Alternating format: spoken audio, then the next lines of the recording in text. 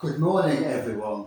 Father Stephen Weston here, and on this July the 1st, we commemorate St. Cosmas and Damian in the Orthodox Church.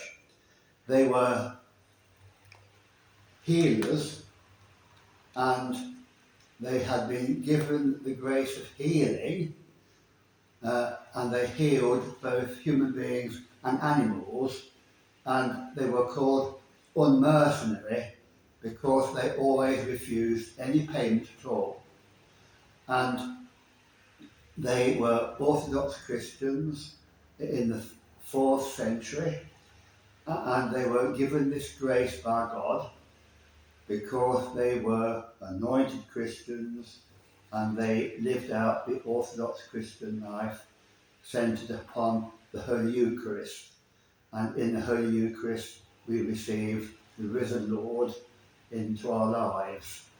And Cosmas and Damian were betrayed to the Roman Emperor for healing so many people at no charge. They were betrayed by various doctors, and because their way of life was being challenged. It so happened that the emperor was ill, and Cosmas and Damian healed him of his illness, and so the emperor stopped the persecution of Christians. And so they carried on with their healing work, and they were befriended in a hypocritical way by a doctor who was anxious about losing his way of life because Cosmas and Damian healed people without payment.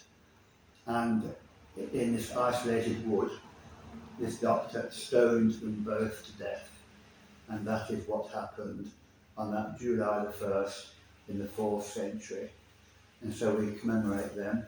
And it's important to understand that to live an Orthodox Christian life is a healing experience, because we are healed bodily, mentally and spiritually by our encounter with the living Lord.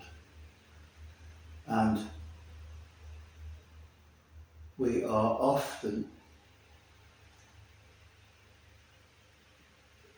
confronted by people who have depression, and depression is partly due to bad way of life, bad diet, and not observing the Christian way of life to the fullest possible way. This is what Cosmas and Damian experienced and practiced. And so on this day we need to learn from them that living an Orthodox Christian life, and half the year we are vegan.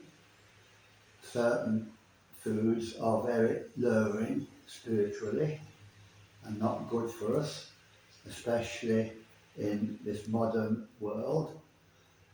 And so we need to be very careful with what we eat.